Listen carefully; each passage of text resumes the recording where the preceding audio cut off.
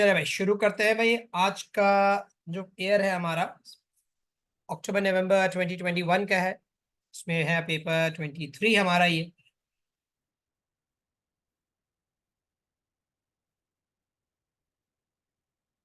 तो भाई बातचीत शुरू होती है यहाँ से।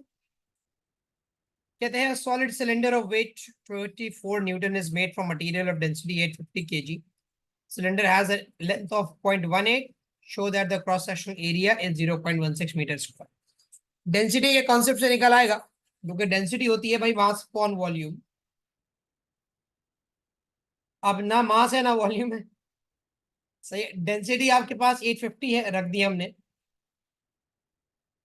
मास को मैं वेट डिवाइडेड बाय ग्रेविटी लिख सकता हूं।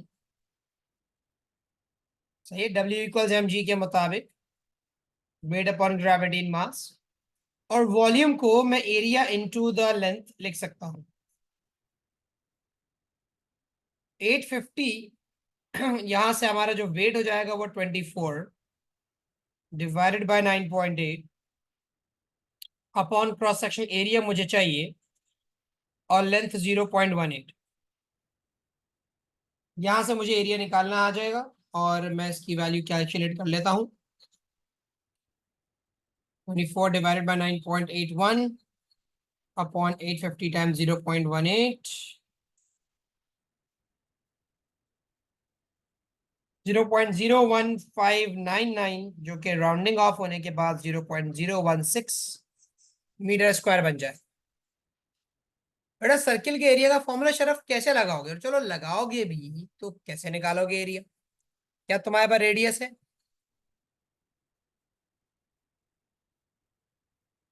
नहीं है ना, तो फिर फेल हो गया वो फॉर्मूला। फिर आगे जाके वो कहता है cylinder in is attached by spring to the bottom of a rigid container of liquid. ठीक है भाई।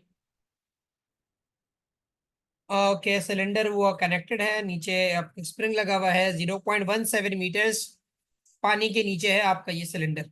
0.18 की पूरी लेंथ थी, 0.77 मीटर पानी के नीचे है। और the cylinder is in equilibrium with its bottom face at a depth of 0.15 metres 17 metres. Tension in the spring is 8 newtons. What show that the upthrust acting on the cylinder due to the liquid is 32? देखो बेटा, अगर ये cylinder equilibrium में है तो इस cylinder पर एक स्प्रिंग की फोर्स है downward. Tension in the spring जो कि गिवन है तुम्हें 8 न्यूटन्स। एक इसका अपना वेट है बेटा खुद का, जो कि गिवन था हमारे पास 24 न्यूटन्स। और ये ऊपर जाने की कोशिश कर रहा है बिकॉज ऑफ द फोर्स जिसको कहते हो आप अपथ्रस्ट।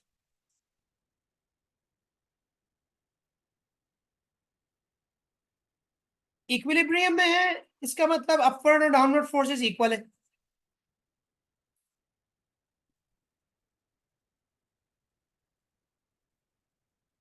अपथ्रस्ट जो है वो इक्वल है टेंशन प्लस वेट के। अब हमारे पास टेंशन है 8 न्यूटन्स की, हमारा वेट है 24 का। यहां पे हम निकाल सकेंगे अपथ्रस्ट फोर्स।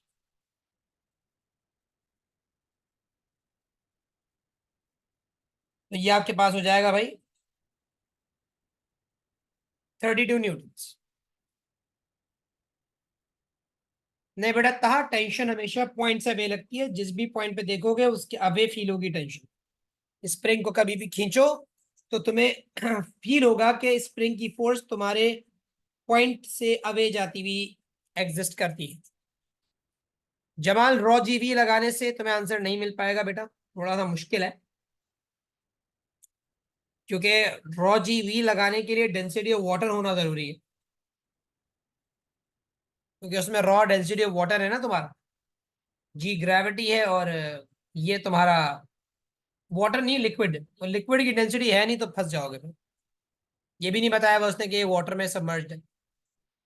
हो सकता है अगले पार्ट में डेंसिटी देखा, अगले पार्ट में डेंसिटी मांग ली उसने तुमसे। अब लगाओ जमाल साहब तुम रॉ जीवी। अपथ्रस्ट का वो फॉलो फॉर्मूला, क्योंकि उसने पहले पार्ट में अपथ्रस्ट निकलवा लिया तुमसे। अब लगाएंगे हम रॉ जीवी का फॉर्मूला, क्योंकि इसमें डेंसिटी होती है उस लिक्विड की जो आप यूज कर रहे हो। तो 32 का थ्रस्ट डेंसिटी चाहिए, इसकी ग्रेविटी 9.8 है। वॉल्यूम में वो वॉल्यूम यूज करोगे जो ऑब्जेक्ट लिक्विड के अंदर है, पूरा नहीं। तो मैं वॉल्यूम निकालूंगा बेटा बेस एरिया इनटू हाइट लगा के। क्रॉस सेक्शनल एरिया मैंने प्रूफ किया था 0.016, और जो लेंथ है जो पानी के नीचे है उसकी वो थी 0.17। तो वॉल्यूम में 0.016 मल्टीप्लाई बाय 0.17 मीटर्स, ये हम रखेंगे यहाँ पे। ये रहा 0.17 मीटर्स। तो ये बन जाएगा हमारा 32 डिवाइडेड बाय 9.8 टाइम्स 0.016 टाइम्स 0.17। तो डेंसिटी निकल के आ गई मेरे पास 1200 किलोग्राम्स पर metre cube.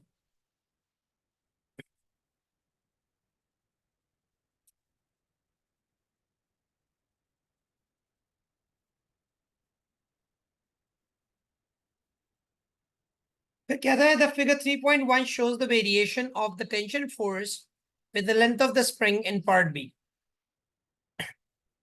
Length of spring और टेंशन का ग्राफ बना के दिया हुआ है। हुक्स लॉ की तरफ जाता हुआ सवाल है, थोड़ा सा डिफॉर्मेशन का मामला इन्वॉल्व कर रहा है।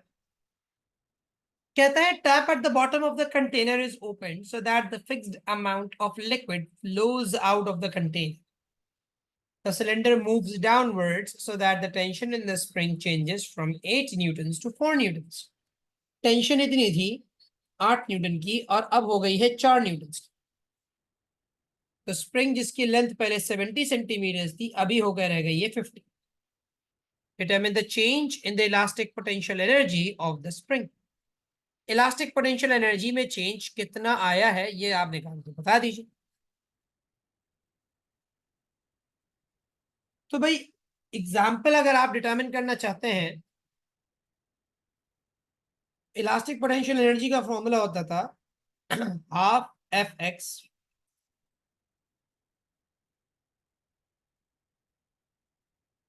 और हाफ के एक्स स्क्वायर। तो हम हाफ एफ एक्स का मामला यूज कर सकते हैं कि भाई कितना एक्सटेंशन में चेंज आया। तो देखो बेटा, स्प्रिंग जो कि 30 सेंटीमीटर का था ये उसकी इनिशियल लेंथ है। आप बोलेंगे मुझे कैसे पता? तो मुझे ऐसे पता कि ये 30 सेंटीमीटर की वो लेंथ है जब 40 थी उसकी। तो हमारी इनिशियल एक्सटेंशन 40 सेंटीमीटर की थी 70 पे जब वो था खिंचा हुआ, और फाइनल एक्सटेंशन हो गई है 20 सेंटीमीटर। तो मेरे बच्चों अगर तुमको चेंज ऑफ एनर्जी चाहिए तो half F x minus half F x लगा दो। यहां सब कुछ फाइनल का रखो और यहां सब कुछ इनिशियल का।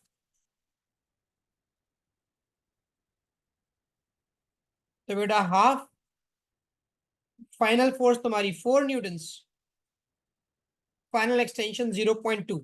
अब आप बोलेंगे सर आपने तो 20 लिखा था, 0.2 कहां से आ गया? तो 0.2 20 को डिवाइड बाय 100 करके आ गया।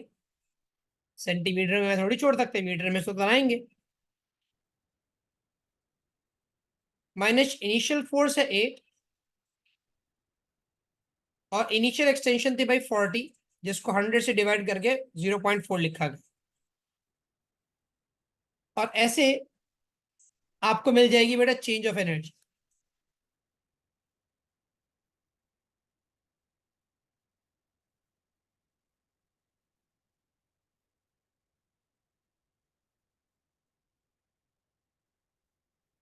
तो ये हो गया भैया मेरे पास half into 4 into 0.2 minus half into 8 into 0.4। यह रहा है हमारा पास -1.2 जूल्स। उसने सिर्फ चेंज मांगा था मैग्नीट्यूड, तो मैं खाली 1.2 भी निकाल सकता। इन सब चीजों से कंडेंस करके छोटा सा तरीके से अगर अपने आंसर सॉल्व करना चाहते थे, एक रास्ता और भी था।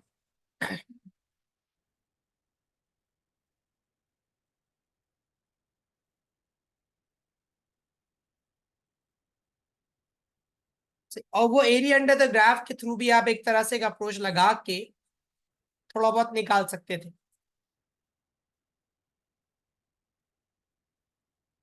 एरिया अंडर द ग्राफ लगा के भी आप इस चीज को फिगर आउट करने का काम कर सकते थे, उससे भी आपका आंसर बन जाता।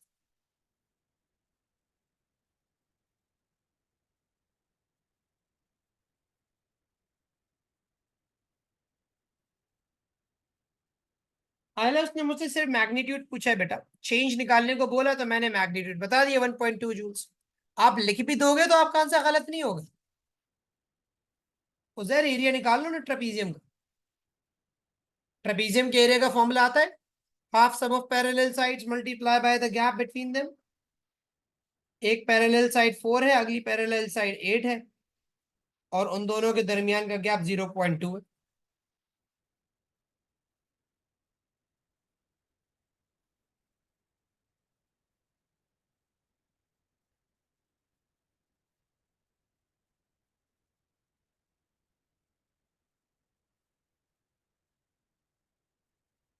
हाँ, सेंटीमीटर्स को मीटर में तो कन्वर्ट करना ही पड़ेगा, उससे तो बचा थोड़ी। कहते हैं more liquid is let out of the container until the upthrust on the cylinder becomes 24 newtons. और लिक्विड निकालने दिए जब तक अपथ्रस्ट 24 न्यूटन्स नहीं हो। कह रहा है for the upthrust of 24 determine the length of the spring. Spring की लेंथ क्या होगी जब अपथ्रस्ट 24 न्यूटन्स आ रहा हो। तो मैं जाऊंगा यहां से वापस इस जगह पे, मैं उठाऊंगा यहाँ पे इक्वेशन अपनी।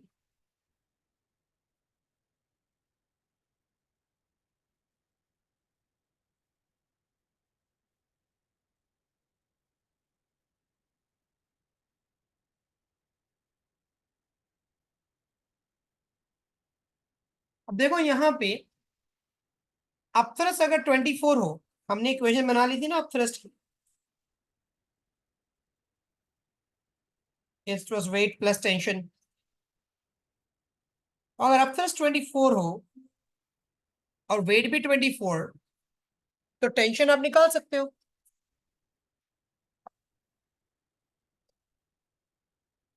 इस वक्त आपकी टेंशन तो हो जाएगी भाई 0।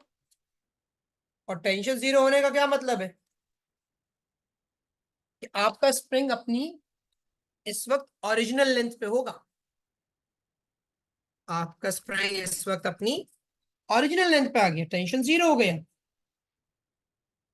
तो ओरिजिनल लेंथ कितनी थी हमने चेक की थी अभी, 30 सेंटीमीटर। सुना बिल्कुल बेटा, एक्सटेंशन को सेंटीमीटर में, सेंटीमीटर से मीटर में लाना पड़ेगा।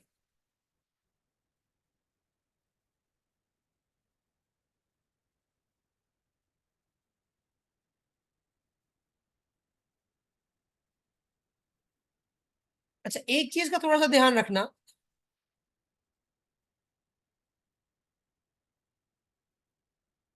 फोर्स और लेंथ का एरिया यूज नहीं करना। ये मुझे अभी इस वक्त एकदम से जहन में आई बात। फोर्स और लेंथ का एरिया यूज नहीं करना बेटा। ये तुम्हें जो है ना थोड़ा सा नुकसान देगा, क्योंकि एरिया तुम्हें सेम वैल्यू दे नहीं पाएगा। क्योंकि आप अमूमन इस्तेमाल करते हो एक्सटेंशन के परस्पेक्टिव को। मैं इसको एक बार जरा चेक भी कर लेता हूँ।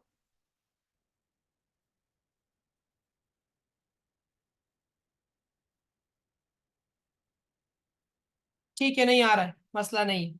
मैं बस एहतियातन चेक कर रहा था, मैंने लगा कुछ उसमें गड़बड़ ना हो रही हो ना। ठीक है, ये आ जाएगा। पूरे ट्रेपीजियम के एरिया यूज कर लेना। मुझे उसकी वैल्यू से गड़बड़ लग रही थी, मैंने लगा यार कहीं ऐसा ना हो कुछ प्रॉब्लम हो जाए। सही है।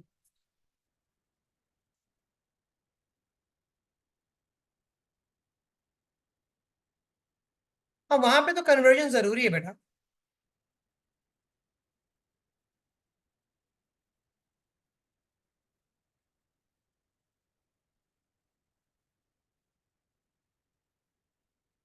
उमेर ऐसा नहीं होता, देखो तुम्हें अगर इस बात का अंदाजा हो कि जब वाटर लेवल फ्लो करता है ना, तो तुम्हारा जो ऑब्जेक्ट है ना वो लाजिम बात है पानी के अंदर डूबने की कोशिश तो करता है, लेकिन स्प्रिंग जो है वो छोटा होता जा रहा है। तुम्हारा ऑब्जेक्ट पानी में अब उतना नहीं डिप हो सके होकर रह सकेगा। सही, तुम्हारा जो ऑब्जेक्ट है वो पानी में भी उतना सबमर्ज थोड़ी रह पाएगा। तो वो तो अपने सरफेस से ऊपर होना शुरू हो जाएगा थोड़ा थोड़ा। और एक वक्त आएगा जब स्प्रिंग अपनी ओरिजिनल लेंथ को आ जाएगा, तो फिर पानी के बिल्कुल सरफेस पर रखा हुआ होगा वो ऑब्जेक्ट।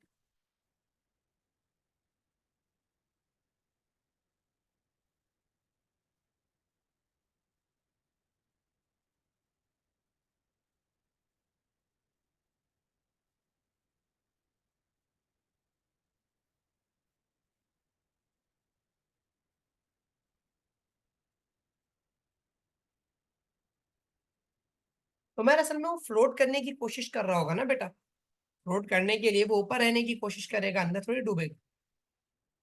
और पानी का लेवल भी तो जा रहा है ना नीचे। दो दो चीजें एक साथ चेंज हो रही है। अब कहते हैं भाई state what is meant by work done. अब आप वर्क डन की अगर बात करते हो भाई, तो हम उसको कहते हैं भाई it's a product of force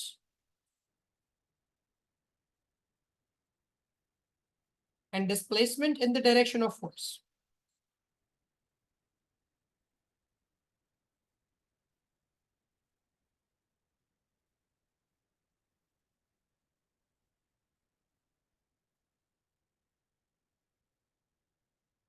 it is the product of force and displacement in the direction of force. कहते हैं use your answer in a to show that the SI based units of energy are this. भाई work done की definition को use कर लेते हैं, फिर to S लगाते हैं। एफ होता है एम ए इंटू एस। ये हो गया किलोग्राम मीटर पर सेकेंड स्क्वायर इंटू मीटर्स। ये बन गया किलोग्राम मीटर स्क्वायर पर सेकेंड स्क्वायर।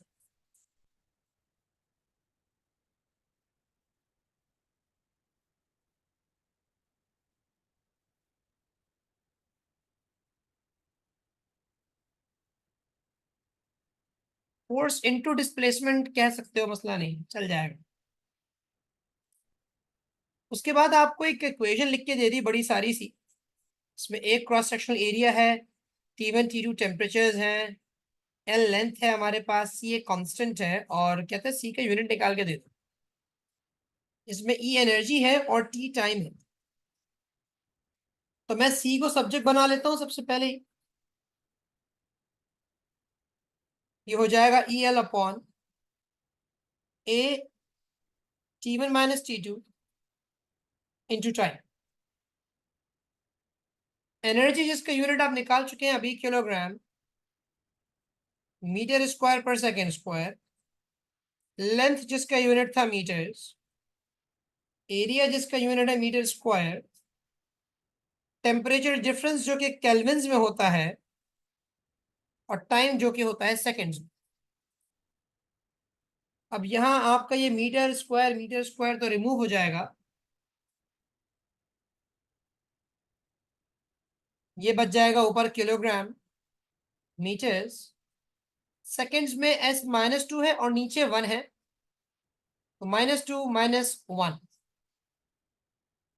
और केल्विन्स भी ऊपर आके -1 हो जाएगा, जिससे ये बनेगा किलोग्राम मीटर पर सेकेंड क्यूब पर kelvin.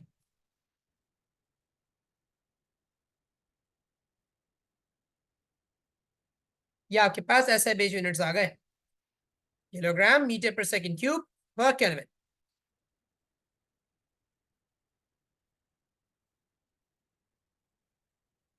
Ali graphs original length given थी बेटा, 30 सेंटीमीटर पे 40 थी हमारी। हारून ऑर्डर डजंट मैटर, बस ये है कि पॉजिटिव पावर वालों को पहले और नेगेटिव पावर वालों को बाद में लिखना।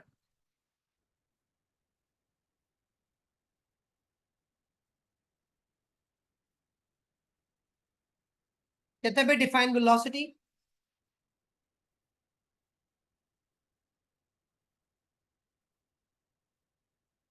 Rate of change of displacement.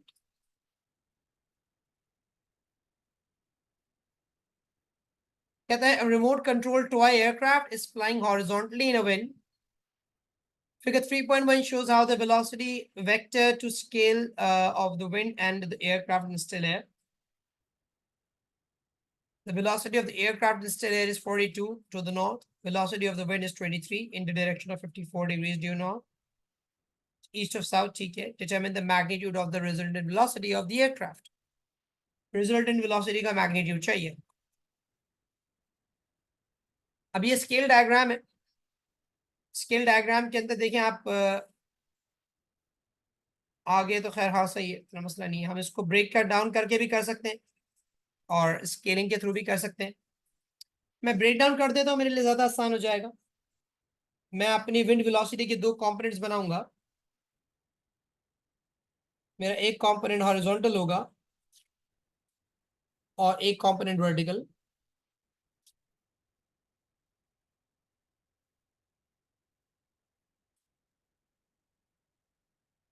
Arrows की डायरेक्शन आपकी विंड वेलोसिटी के एरो के हिसाब से होनी चाहिए.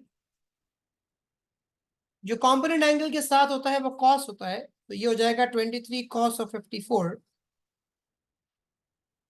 और उसके सामने वाला साइन होता है 23 साइन ऑफ 54.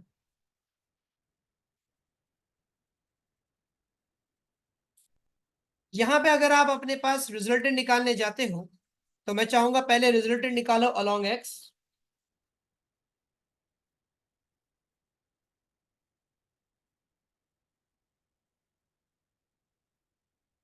तो वो तो बेटा एक ही है खाली आपके पास 23 साइन ऑफ 54.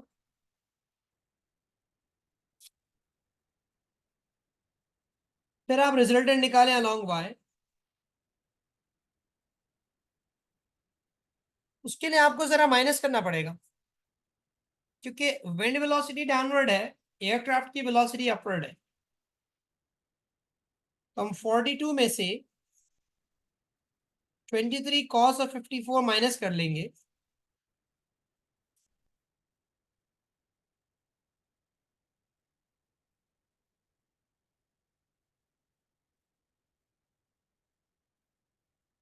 ये बन जाएगा भाई 28.48.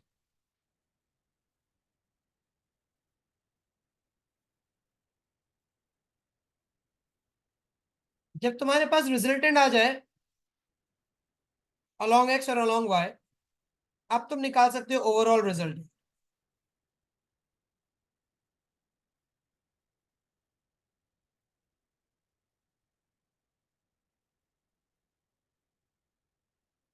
तो 23 साइन ऑफ 54, ये मैं वैल्यू निकाल के लिख रहा हूं बेटा यहाँ पे 18.607.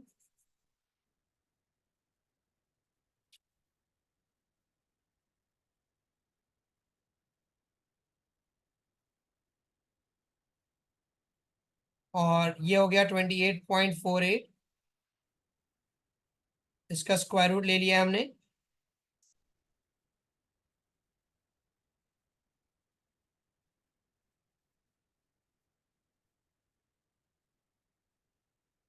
ये बन रहा है मेरे पास 34.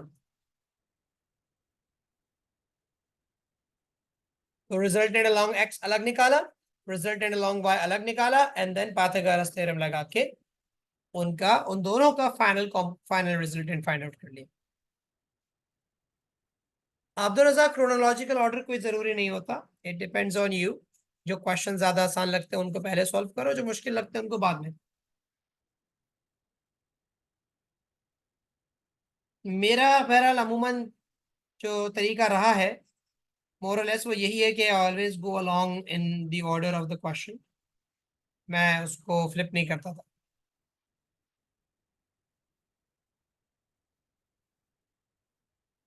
Because I was able to manage, तो मैं कर लिया करता था.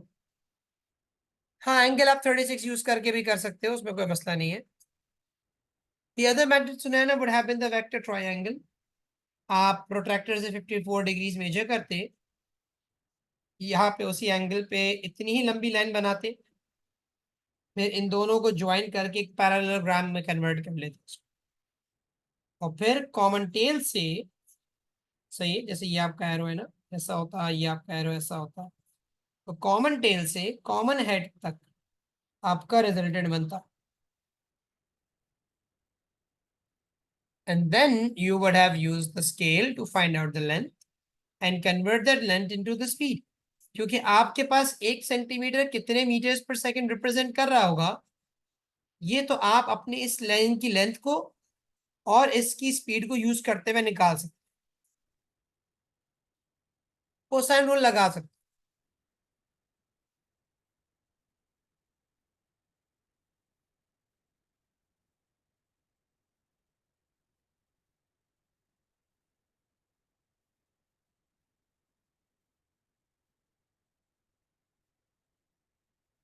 मैथ्स वाले स्टूडेंट जो है वो कोसाइन रूल से भी सॉल्व कर सकते हैं बिल्कुल आसानी।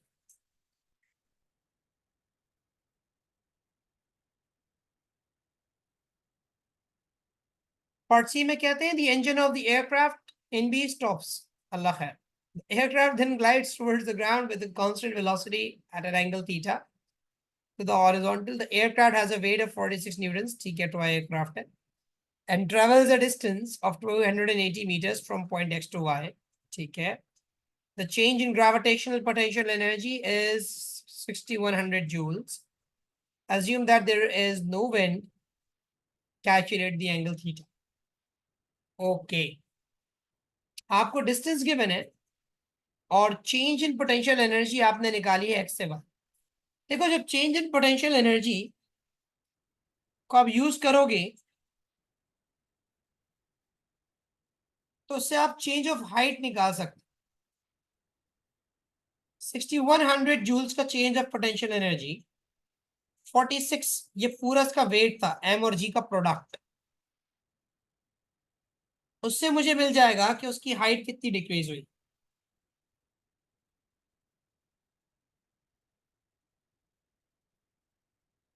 ये बन रहा है 132.6 meters of the triangle that you have over here, ठीक है। इसमें the change of height is of 132.6 meters। अब आपको अगर एंगल चाहिए तो you have got the perpendicular, you have got the hypotenuse, आप साइन लगा दो।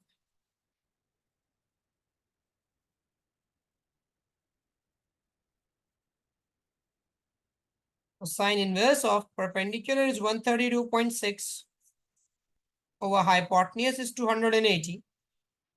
Sine inverse of answer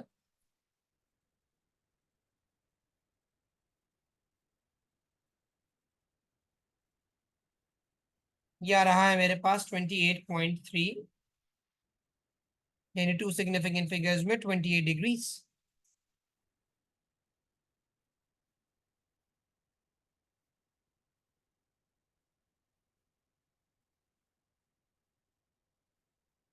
graph starting के अंदर मैंने कुछ नहीं किया, मैंने ऐसे पोटेंशियल एनर्जी को यूज किया और पोटेंशियल एनर्जी को यूज करते हुए चेंज ऑफ हाइट निकाला, और बस फिर क्या था, जब हाइट चेंज मिल गया तो फिर आगे आसान कर ली। कैसे निकाल ली? एमजीएस लगा के निकाल ली,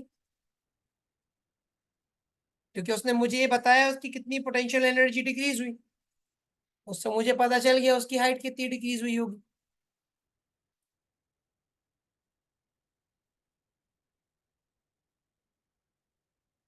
फिर कहता है calculate the magnitude of the force acting on the aircraft due to air resistance. Magnitude of air resistance बताइए कितनी लग रही है। देखिए, आपका ये एयरक्राफ्ट जिस लाइन में ट्रैवल कर रहा है वो इस तरह से, इस डायरेक्शन में से aircraft is moving in this direction. इस डायरेक्शन में लाजमी सी बात है कि जो फोर्सेस लग रही होंगी उनमें से एक तो आपके वेट का कंपोनेंट होगा, क्योंकि the weight acts vertically downwards.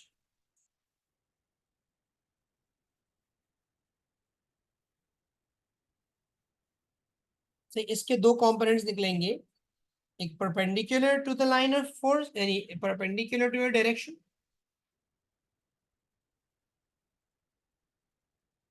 और एक parallel to the direction of travel. जिस लाइन में वो ट्रैवल करता हुआ आ रहा है दैट लाइन हमने प्रूव कर दी is at 28 degrees, which means कि ये अंदर वाला एंगल भी 28 डिग्रीज का हो गया। तो ये जो आपके इन the direction of the slope जो कंपोनेंट बन रहा है ये कहलाएगा W साइन ऑफ 20, जैसे एंगल के साथ वाला कहलाएगा W cos ऑफ 28, दूसरा वाला कंपोनेंट कहलाएगा W साइन ऑफ 20। हमारी एयर रेजिस्टेंस इसी डायरेक्शन में ऑपोजिट लग रही है, तभी इक्विलिब्रियम यानी कांस्टेंट स्पीड अचीव होना मुमकिन है। तो जो क्वेश्चन में लिखा था ना कि भाई travel at a constant speed, वहां से मुझे इस बात का अंदाजा हो गया कि forward force is actually equal to the backward force.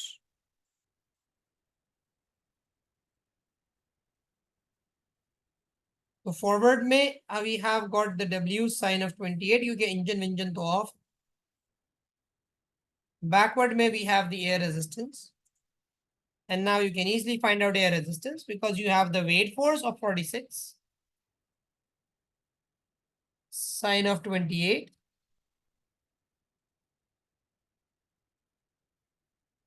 तो यहाँ पे आप लगाइए भाई 46 साइन ऑफ 28, ये बन रहा है हमारा 21.6, यानी लगभग 2 सिग्निफिकेंट फिगर्स में 22 न्यूटन्स।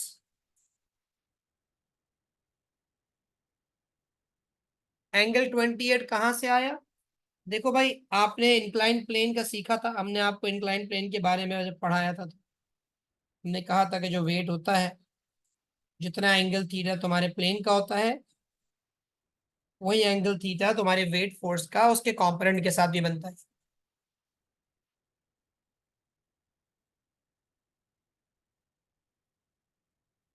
ठीक है, ये चीज तुम्हारे लिए जरूरी है पता होना। बस वही लॉजिक यहाँ पे भी लगी है। बेटा तुम्हारे फिजिक्स में सब डिग्री है, अभी कोई रेडियन नहीं है।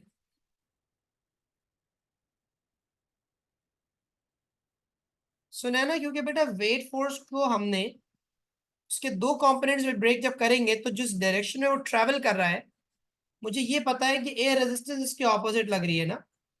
अगर मुझे ये पता चल जाए कि इस डायरेक्शन में फॉरवर्ड फोर्स क्या है, तो मेरा सवाल हल हो जाएगा। तो मैंने अपने वेट को ब्रेक ही इन दो डायरेक्शंस में की, परपेंडिकुलर और पैरेलल टू दिस डायरेक्शन, क्योंकि मुझे पता है इसके अलावा और कोई फोर्स नहीं है जो उसको चला रही है।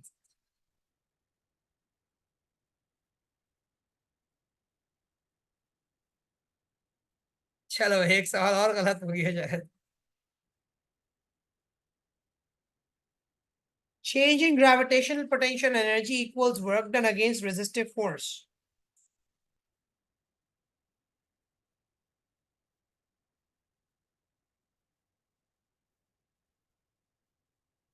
यार लग तो जाना चाहिए, डिस्प्लेसमेंट का तो मैं इस्तेमाल करना पड़ेगा, बहरहाल वो जो वहां गिवन है तुम्हारे पास।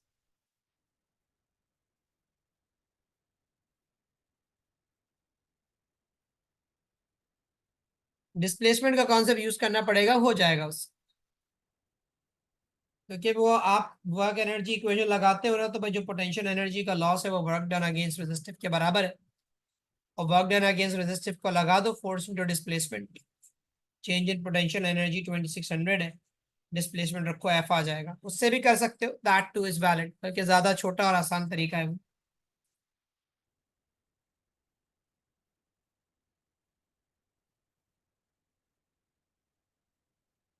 तो change in potential energy equals work done against resistive force. इससे भी जवाब मिल जाएगा, 6100 जूल्स का वर्क ग्रेविटेशनल पोटेंशियल एनर्जी है, टाइम्स फोर्स इंटू डिस्प्लेसमेंट। उस डायरेक्शन में जो डिस्प्लेसमेंट हुई है तुम्हारे पास, दैट वाज रफली अराउंड 280 meters.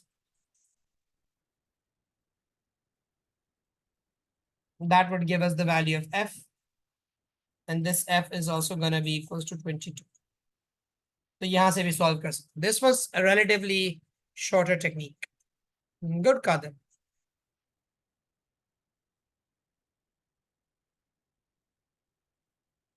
सुना ना, जिस डायरेक्शन में मूवमेंट होती है ना बेटा, उसके डायरेक्शन में और उसके परपेंडिकुलर डायरेक्शन में ब्रेक किया जाता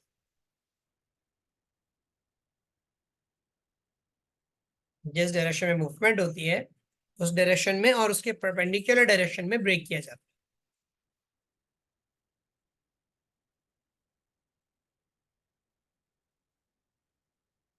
जब जीपी फाइंड आउट करते हैं तो उसमें कंपोनेंट थोड़ी लेते हैं, उसमें तो मास लेते हैं और ग्रेविटी लेते हैं और vertical change of height use करते हैं।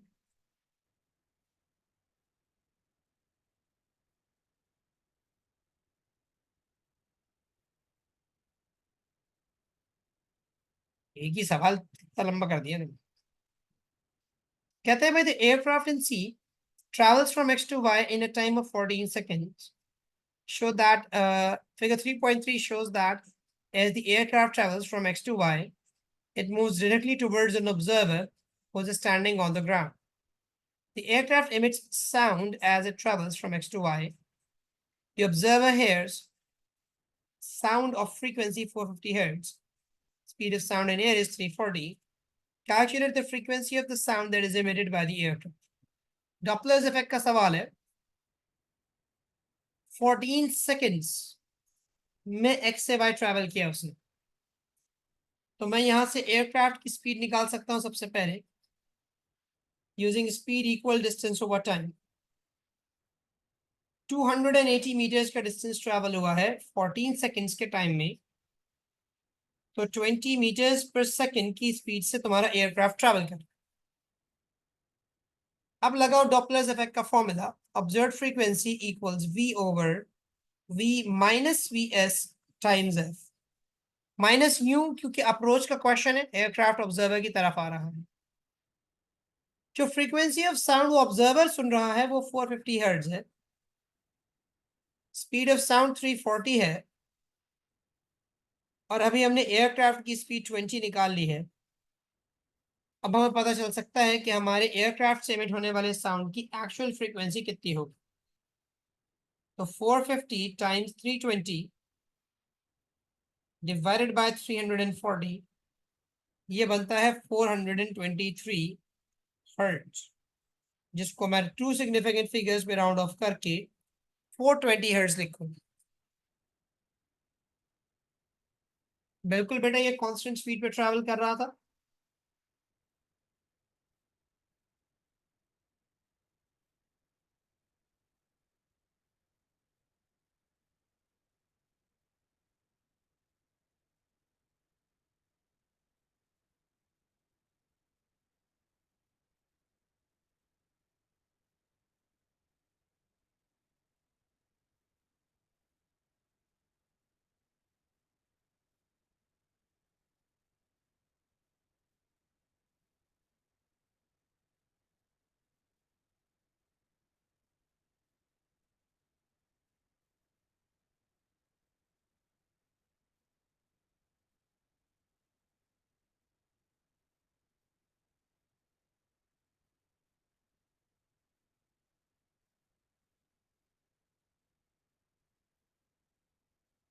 अगले सवाल की तरफ बढ़ते हैं अब जरा।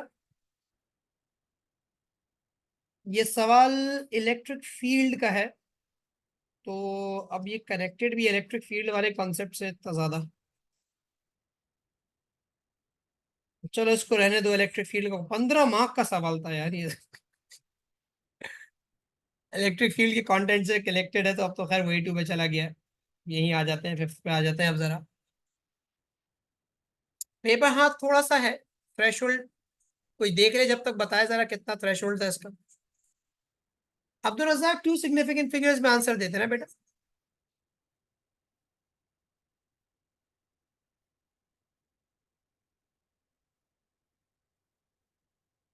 हाँ इसमें होगा। कहता है for progressive wave on a string state what is meant by amplitude. Maximum displacement of a point on a wave is amplitude.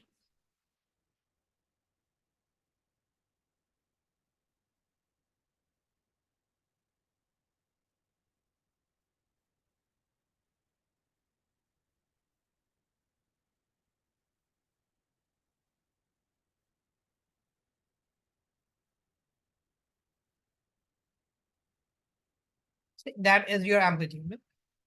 Yeah, the light from a laser has a wavelength of 690 nanometers in a vacuum. Determine the period of the light wave. ठीक है भाई, v equals lambda upon time period लगा देते हैं। Light जिसकी speed 3 exponent 8 है, wavelength 690 nanometres है, nano हटाते हुए 10 की पावर -9 लगाएंगे तो टाइम पीरियड हमको मिल जाएगा।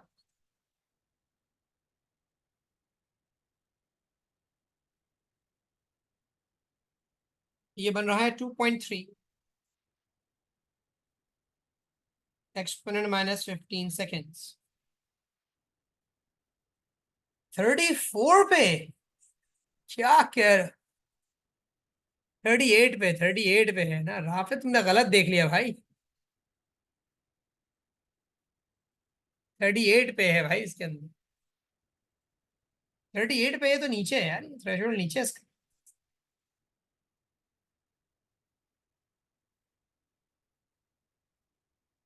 इट्स पेपर 23 वैसे, हाँ it's paper 23 Rafe. Winter 21, paper 23। Usually high जाता है 44 जाता है, 80 60 में से 44 पे चला जाए। ये कोविड की वजह से नहीं है, 20, हाँ थोड़ा, हाँ 2021 है ना, 2021 कोविड की वजह से भी है, सही बोल। अब ये तो जमाल मैं नहीं कह सकता हाई होगा ले लो, लेकिन मेरा ख्याल से अब ये हाई ला चुका है, लगभग 41 42 के आसपास ला है।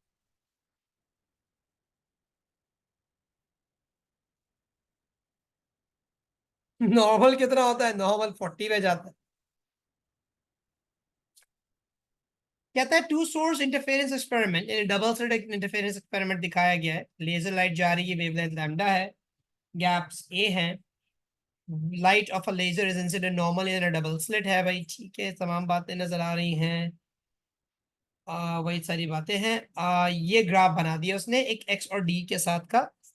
Gradient of the graph is g, expression in terms of g and lambda for the separation of the slits A. अब देखो, you guys remember the equation x equals lambda d upon a. If you plot a graph of x against d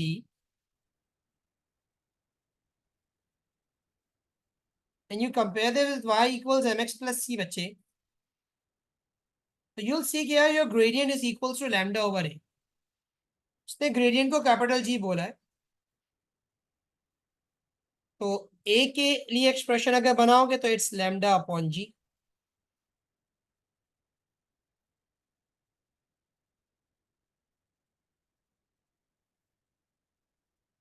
कहता है experiment is repeated with the slits of separation 2a। a को double करोगे तो gradient half हो जाएगा, क्योंकि ए का graph के ग्रेडियंट के साथ इनवर्स का रिलेशन है। ए बढ़ेगा तो ग्रेडियंट कम होगा, ए डबल हुआ तो ग्रेडियंट हाफ हो गया। टेरेस का ग्राफ स्केच कर दो जरा।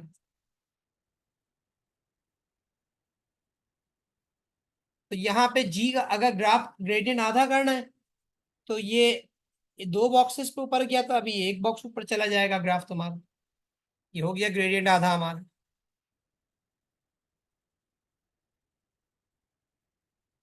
हाँ एक सवाल अगर पूरा निकल जाए तुम्हारा तो भी एक का चांस है, लेकिन हमारे कतरा कतरा करके ना अच्छे खासे मार्क कट जाते हैं।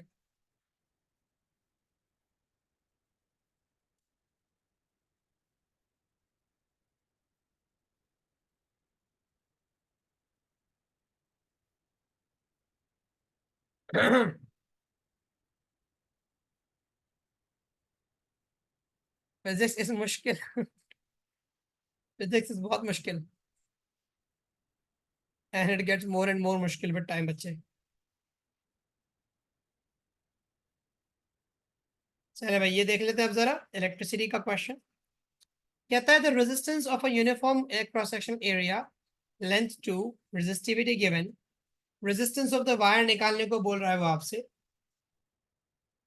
We all have an equation with this, rho L over A. Resistivity is 3.3 exponent minus, sorry, this is 5 exponent minus 7. The length was 2 meters and the cross-sectional area was 3.3 exponent minus 7. तो ये सब कुछ round of हो हुआ के 3.0 ohms बना होगा, rounding off के बाद बना। पर इस ग्राफ में हमने ग्रेडियंट को आधा करना था बेटा, क्योंकि ए की वैल्यू जब डबल हुई थी तो ग्रेडियंट हाफ हो जाएगा। आपने भी एक्सप्रेशन में देखा नहीं था कि ए और जी का आपस में इनवर्स रिलेशन है, तो ग्रेडियंट हाफ ऐसा कैसे होगा?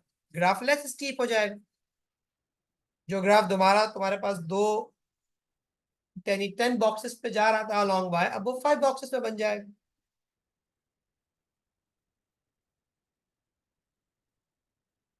फिजिक्स में बहुत ज्यादा मैथ्स होती है, आप मैथ्स के बगैर फिजिक्स को चलाएं तो सवाल ही पैदा नहीं होता।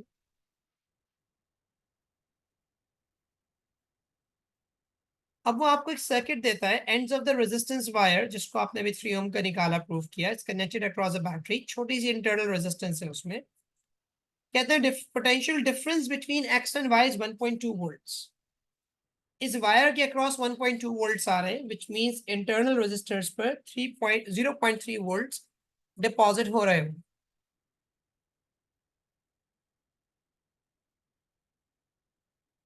कहते हैं the current in the circuit आप प्रूफ करिए, तो वो आप बी इक्वल्स आई आर से प्रूफ कर सकते हैं।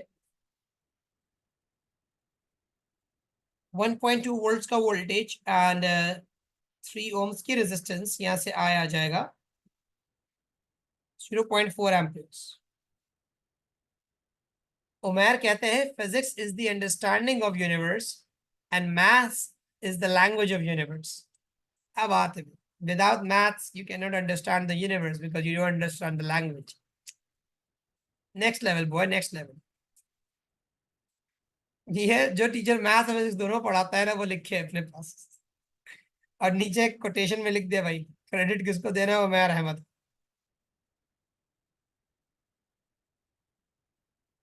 ऐसे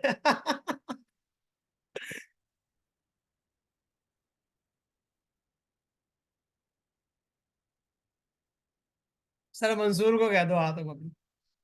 गूगल तो छापा है, चलो खैर हो गई, गूगल पे भी छापा है, क्रेडिट गोज टू गूगल यार। अरे फिर तुम्हारा मैथ भी पढ़ा लेता है अक्सर, इतनी मैथ तो लगानी पड़ जाती है। अब वो कहते हैं भाई इंटरनल रेजिस्टेंस। अच्छा, टोटल वोल्टेज का यूज नहीं कर सकते थे आप, उसकी वजह थी कि आपको इंटरनल रेजिस्टर की रेजिस्टेंस थोड़ी पता थी। हाँ, अगर आपको इंटरनल रेजिस्टेंस चाहिए तो वो आप आसानी निकाल सकते हो, equals we equals I are लगा के। क्योंकि देखो 0.3 वोल्ट्स का वोल्टेज है, 0.4 एम्पेयर का करंट है जो उसमें से भी जा रहा होगा, तो 0.75 ओम्स की इस छोटे की इंटरनल रेजिस्टेंस आ गई।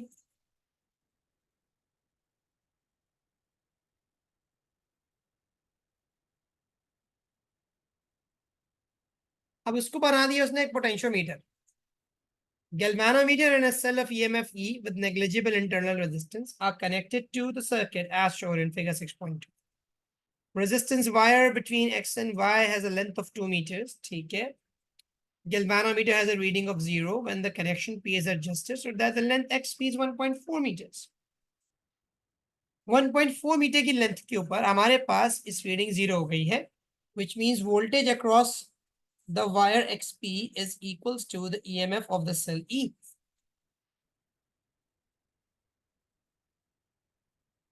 वापस देख रहे हैं भाई BC का part 2, V equals I R लगाया छोटे पे।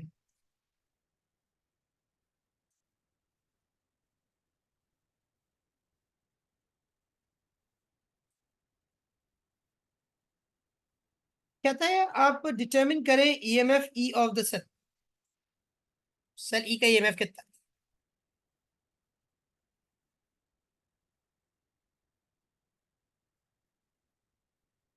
अब देखिए, आप जानते हो कि यार इस वायर इस वक्त सर्किट के अंदर से सिर्फ यहाँ पे करंट फ्लो कर रहा होगा, और इस पूरे वायर पे एक्स से वाई तक सिर्फ आपके पास 2 वोल्ट्स आ रहे हैं, 2 वोल्ट बोल रहा हूँ, नहीं कितना आ रहे थे, 1.2 वोल्ट, सॉरी बोल रहा हूँ। इस पे आपके पास 1.2 वोल्ट्स आ रहे हैं। तो अगर 2 मीटर लॉन्ग वायर पे आपके पास 1.2 वोल्ट्स आ रहे हैं, तो 1.4 मीटर वायर पे कितने वोल्ट्स आ रहे होंगे? ये बात आप यूनिटरी मेथड से निकाल सकते हैं।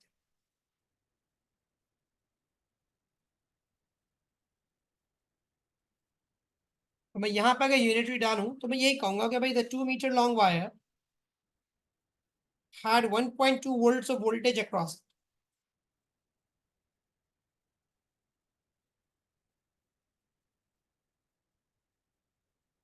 तो 1.4 meters of wire would have X volts across it. Cross multiply कर देना, 1.2 times 1.4 over 2.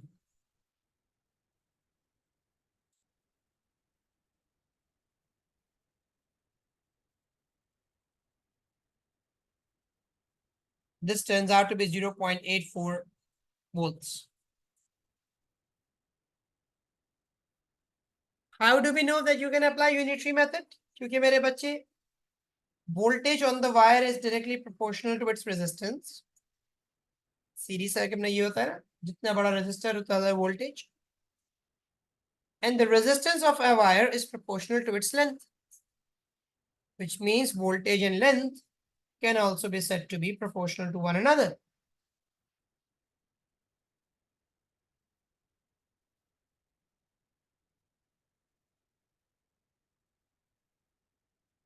LS 0.3 तो पहले था ना, if of the 1.5 volts of battery, if 1.2 volts were on the wire, then the remaining 0.3 volts will be on this internal resistance. इसके अलावा तो कुछ है नहीं सर्किट में.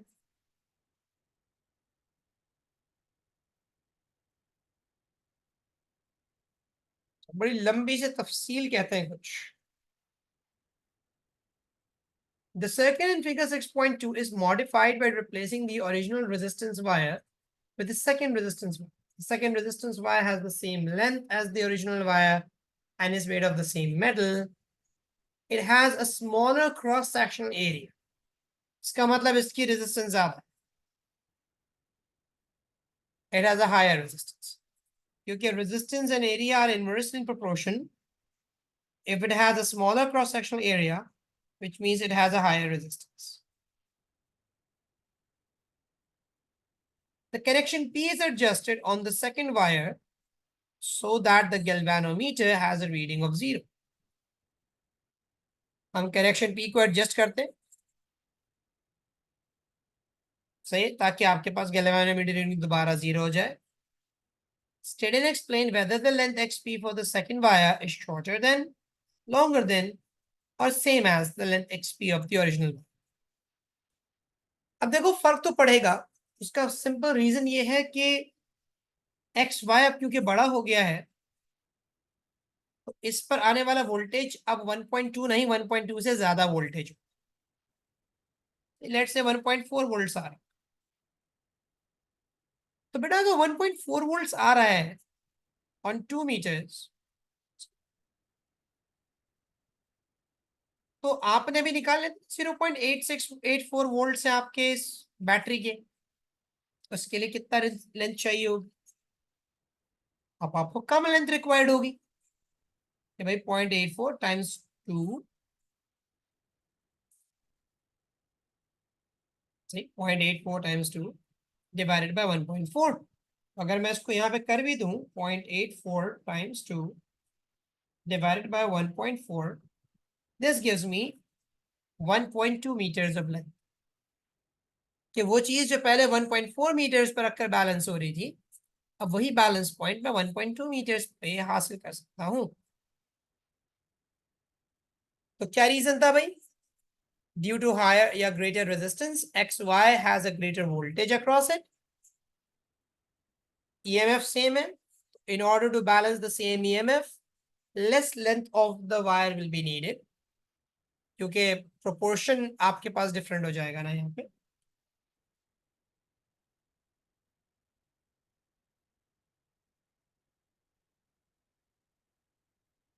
तो मैं इसका जवाब अगर कोट करूं तो मैं ऐसे कोट कर सकता हूं. सुना है ना, voltage is directly proportional to length का मतलब ये है बेटा कि आप जितनी लेंथ को कंसीडर करेंगे उस पर उतना ज्यादा वोल्टेज आपको मिलेगा. सही, इस बात का मतलब ये होता है कि आप जितनी लेंथ को कंसीडर करेंगे आपको उतना ज्यादा वोल्टेज उसके ऊपर मिलेगा. अगर एक पूरे वायर पे एक सर्टेन वोल्टेज आ रहा है तो आप छोटी लेंथ यूज करो आपको कम वोल्टेज, आप उससे बड़ी लेंथ यूज करो ज्यादा, फुल लेंथ यूज करो सबसे ज्यादा. आपने जब वायर की लेंथ को सेम रखा और एरिया क्रॉस सेक्शन को कम कर दिया, तो आपने इस वायर पे आने वाला वोल्टेज बढ़ा दिया। इस वायर पे आप पहले से ज्यादा volt, same length of wire में पहले से ज्यादा वोल्ट, तो मेरे बच्चे अब हर पर यूनिट लेंथ पे ज्यादा से ज्यादा वोल्टेज मिलेगा ना तुमको। तो वो चीज जो पहले बैलेंस करने के लिए तुम्हें ज्यादा लेंथ रिक्वायर्ड थी, अब छोटी लेंथ पे बैलेंस हो पाएगी।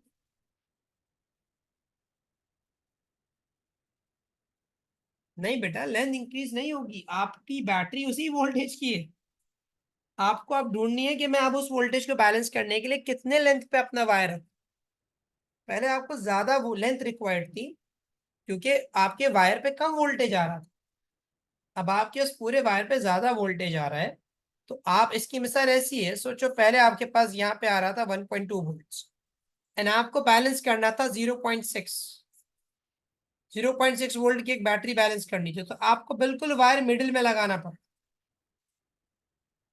पर मेरे बच्चे सोचो, अब तुम्हारे पास इसी वायर पे वोल्टेज आ रहा होता 1.8, और तुम्हें 0.6 वोल्ट बैलेंस करने होते, अब बीच में तो नहीं लगाओगे ना। बीच में लगा दोगे जंक्शन को, तो अब तो वो 0.9 वोल्ट आएंगे। तुम कहाँ लगाओगे? अब 1/3 ऑफ द वायर पे लगाओगे ना। यार 0.6 वोल्ट तो 1/3 पे ही आ जाए। अब तो आधा वायर यूज करने की जरूरत भी नहीं।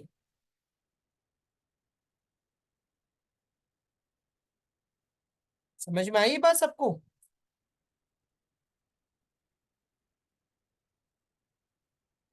नहीं बेटा, प्राइमरी सेल के वोल्टेज से ज्यादा वोल्टेज नहीं हो सकता। तो यहाँ पे हम लिखेंगे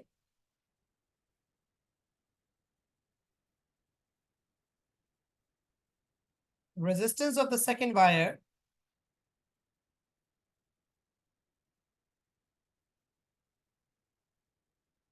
is greater than the first wire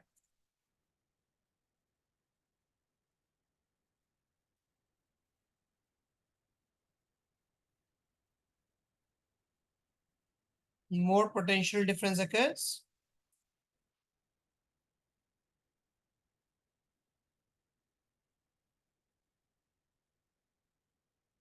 across XY.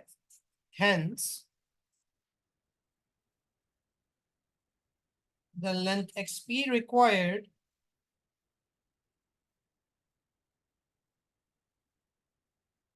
to balance E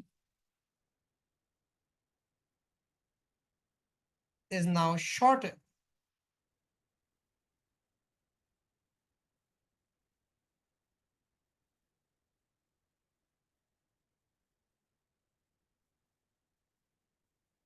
than for the original one.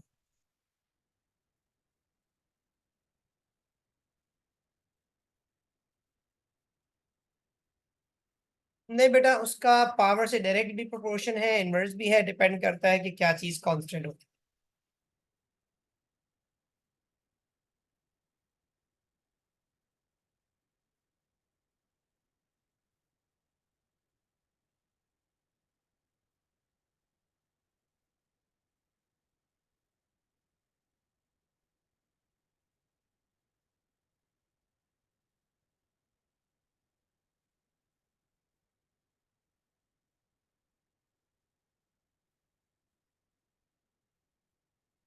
ठीक है मेरे बच्चों, तो यहाँ तक आज अपना लेसन हम एंड करते हैं। इंशाल्लाह नेक्स्ट क्लास के अंदर, जो कि हमारी ईद के बाद होगी, उसमें अपने अगले सवाल, अगले एयर्स की तरफ चलेंगे। तब के लिए अपना ख्याल रखो, अच्छे से ईद इंजॉय करो, पढ़ाई लिखाई भी करो। ये पेपर ज़रा करीब है। No question for kinematics, no question from nuclear physics, different ही टाइप का पेपर। नेक्स्ट क्लास देखो इंशाल्लाह ताला, मैं फ्राइडे या सैटरडे वाले दिन में देखूंगा लेक्चर। तब तक के लिए ख्याल रखो भाई अपना, टेक केयर, अल्लाह हाफिज, ईद मुबारक।